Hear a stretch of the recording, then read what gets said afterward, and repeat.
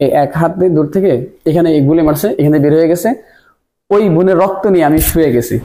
রাজনীতিবিদরা মরতে চায় না, তারা নেতৃত্ব দিতে চায় কিন্তু মরতে চায় না। তো আমি বললাম, আমি যদি এই যুদ্ধে মারা যাই, তুমি অন্য কারো কাছে বিয়ে বসবা, এটা আমার পক্ষ থেকে অনুমতি আছে।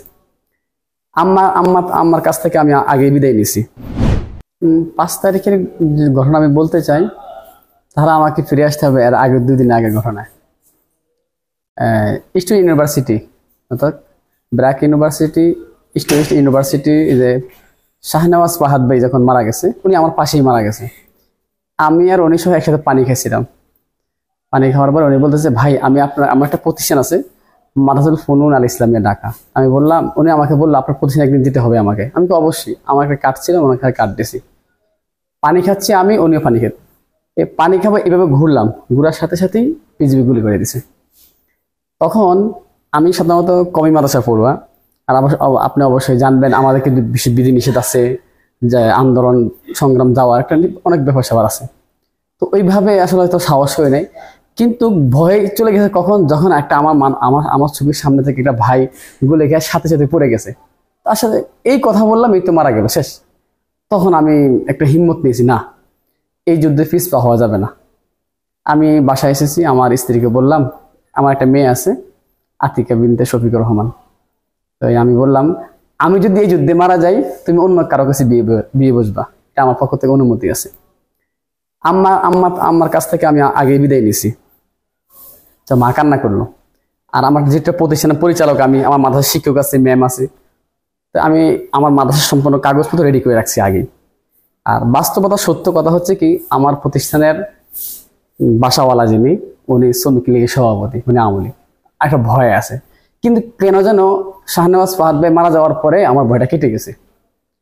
আমি আন্দোলন শুরু থেকে নিয়ে BRAC university, student university, Rampura, ওই মানে ওই এটা কি বলে, মানে ওই জায়গাটা আমি ছিলাম, শুরু থেকে আমি ছিলাম। তারপর এরপর থেকে বিরামহীন কাজ চলতেছিল। আমি এখন চলে যাচ্ছি 5 তারিখের ওইখানে। 5 তারিখ ওইখানে কি হয়েছে, এর আগের দিন যখন শাহবাগে আমাদের একটা সমাবেশ ছিল, আমরা সারাদিন ওখানে ছিলাম। সন্ধ্যার দিকে হঠাৎ করে, সন্ধ্যার আসরের আগ থেকে কারণ বাজার থেকে পুলিশ গুলি, এক পাশে ছাত্রলীগ, এক পাশে গুলি, এক পাশে পুলিশ গুলি করতে করতে করতে বাংলা মোটর মধ্যে চলে এসেছে।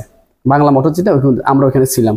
আর এখান থেকে যে মিন্টি রোডে যে এই পাশে পুলিশগুলো আমরা আটকে রাখছিলাম, আমার শাহবাগের পুলিশগুলোকে আমরা আটকে রাখছিলাম, যে ওরা যদি ঝামেলা করতে সমস্যা হবে। হঠাৎ আসর আগে পুলিশগুলি সারাদিক থেকে গোলাগুলি শুরু হয়ে গেছে। আমরা খুব চেষ্টা করছিলাম, পাই নাই। ওই দিন রাত্রে খুব অ্যালার্ট, মানে দরপাকড় করছিল এবং গুলি করছিল। আমি জাহানের ভয়ে কি করবো, আমি কোথায় যাব। আমার সাথে একটা ভাই ছিল নুমান নামে। আমি পল্টনে আমার এক ভাইয়ের অফিস জায়গায় উঠলাম, ভাই আমাকে একটু জায়গা দেন। আর সত্য এবং বাস্তব কথা হচ্ছে কি, ওই দিন ওই রাত্রে আমার পরিচিত, আমার ভাইয়ার বাসায়, আমার পরিচিত আমার কিছু কলেজ ইউনিভার্সিটি পড়ুয়া তাদের বাসায়, আমার একটা প্রতিষ্ঠানে প্রায় 8 থেকে 9 হাজার মানুষকে আমি আশ্রয় দিছি। আমার ফেসবুকে এখনো পোস্টগুলো আছে। আমি তাদের খাওয়া দাওয়া ব্যবস্থা করে দিছি। আমি ওই সময় কিন্তু নেটও বন্ধ করে দিছি রাত্রে, তারপরে রিক্সের উপরে। কিন্তু বাস্তবতা একটা সত্য কথা হচ্ছে কি, যারা নেতা হতে চায় বা রাজনীতি যারা করে, রাজনীতিবিদরা মরতে চায় না, তারা নেতৃত্ব দিতে চায় কিন্তু মরতে চায় না। এটা আমি কেমন বিশ্বাস করলাম। ওইদিন সকালে ইসাক ভাইয়ের সাথে আরেকজন ছিল, আমরা দুজন চলে গেছিলাম শহীদ মিনারে, খুব 8:30 এরকম কাছাকাছি একটা সময়ের মধ্যে। যাওয়ার পরে আমরা নাস্তা করতে গেছি নিউ মার্কেট। নাস্তা করা, ওইখান থেকে সেনাবাহিনী পজিশন নিতেছে। তা আমি একটু ভ্রমণ পিপাসু মানুষ, ঘুরতে ভালো লাগে। আমি আবার কেন্দ্রীয় শহীদ মিনারে আসার পরে কিছু মেয়েরা ইউনিভার্সিটি, কিছু মেয়েরা পানি বিস্কিট খাবার রেডি করতেছে। আমাদের কাছে, আপনার চা খাবেন কি? আমি বিস্কুট পানি দিব, অপেক্ষা করুন, আমি দিচ্ছি। আমি কিছু টাকাও দিয়ে দিছি। লাস্ট আমি একটা রিক্সা নিয়ে শাহবাগ গেছি। শাহবাগে যাওয়ার পরে পুলিশ গুলি, মানে এটার গুলি তো না, মানে রাবার বুলেট বা টিআরসি মারতে ইয়াতে আসতেছে, টিএসসি আসতেছে। আমি আমার দৌড়ে এসে এখানে ইনফরমেশন দিছি, ভাই আপনারা সতর্ক হন, বিশেষ করে আমরা যারা মেয়েরা আছি, ওরা তো কিছু বুঝে না, আপনারা একটু সাবধানতা অবলম্বন করেন, পুলিশ আসতেছে। তো সবাই একটা কথা হবে, কিছু হবে না, আমরা দাঁড়াই রয়েছি, আমরা তো কোনো সমস্যা করতেছি না। আমরা খুব সাধারণ ছিলাম, একদম খুব ইজিলি ভাবে দাঁড়াইছিলাম। আমি একটা রিক্সাওয়ালাকে বলছি, ভাই আপনি 20 টাকা নেন, আপনি দেখেন তো পুলিশ কোথায়। পুলিশ একটু সামনে গেছে, দেখি পুলিশ ওরা আসতেছে। পরবর্তীতে আমরা সবাই দাঁড়িয়ে রয়েছি, আমরা সবাই একসাথে হয়ে দাঁড়িয়ে রয়েছি, খুব একসাথেই সোজা হয়ে দাঁড়ায় যে আমাদের যদি বলে তোমরা এখানে সরে যাও, আমরা চলে যাওয়ার ইচ্ছা করছি, চলে যাব। একজন পুলিশ এইভাবে একটা গ্রেনেড বলে, মানে সাউন্ড গ্রেনেড বলে, এটা এইভাবে পিছ থেকে আয় না আমাদের সামনে এইভাবে ছেড়ে দিচ্ছে। সেটা আপনি শহীদ মিনার যদি যেয়ে থাকে, যদি যান তাহলে দেখবেন শহীদ মিনার পিছনে একটা লোহা আছে, গোল একটা লোহা। আমরা সবাই জাফাই ওই পাশে করলাম ছাত্র। ওই দিন আমার গায়ের উপরে যারা এখনো তাকে মেডিকেলে ভর্তি আছে, ভাইগুলা কুমিল্লা থেকে, আবার এই যে চান্দিনা থেকে আসছে, ওরা আমার সাথে ছিল, অনেক মেয়ে ছিল, অনেক বোন ছিল, তারপরে কয়েকটা কলেজে মেয়ে ছিল। আমার গায়ের উপরে 20 থেকে 25 জন মেয়ে, আর আমার গায়ে তখন জুব্বা ছিল, আমার জুব্বা সব মেয়ে ধরে রাখছে। আপনি যদি শহীদ মিনার যে একটু দেখেন, যাওয়ার কোনো ওঠার কোনো পন্থা নাই, মানে যাওয়ার কোনো সিস্টেমে নাই, সবাই কান্নাকাটি করতেছে। পুলিশ শহীদ মিনারে লাশ এসে গুলি করতেছে, মারতেছে। এবার 3 জন নামে মারতেছে। একটা মেয়েকে আমার এই এক হাতে দূর থেকে এখানে গুলি মারছে, এখানে বের হয়ে গেছে। ওই বোনের রক্ত নিয়ে আমি শুয়ে গেছি, রক্তটা নিয়ে আমি মুখে মাইকে শুয়েছি যে কিছু না বলে। তারপর দেখলাম বাড়ি মারলো আমাকে, বাড়ি মারলে আমি দৌড়ে এই যে এটা কি বলে, ঢাকা জরুরি বিভাগের সামনে চলে গেছি। পানি খাওয়ার পরে মানে 3 মিনিট সর্বোচ্চ দাঁড়ালাম, এখানে আবার পুলিশ চলে আসে।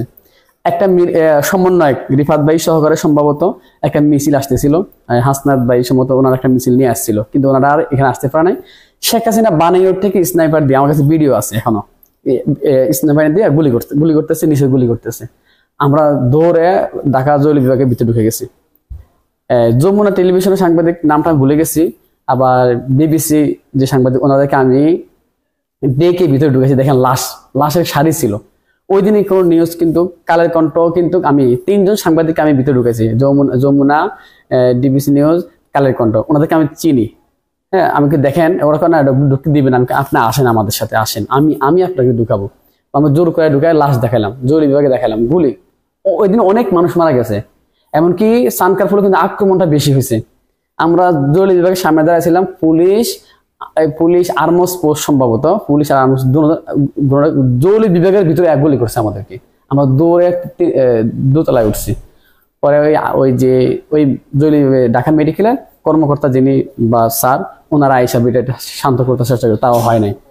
এইভাবে গোলাগুলি হইতে হইতে হইতে হইতে এক সময় যখন 1টা বেজে গেছে, আমরা একটু ধাওয়া দেওয়ার চেষ্টা করতেছি যে পুলিশে সরাই ফেলবো, এমন একটা ইয়া করা আছে, কিন্তু ভয় কাজ করতেছিল।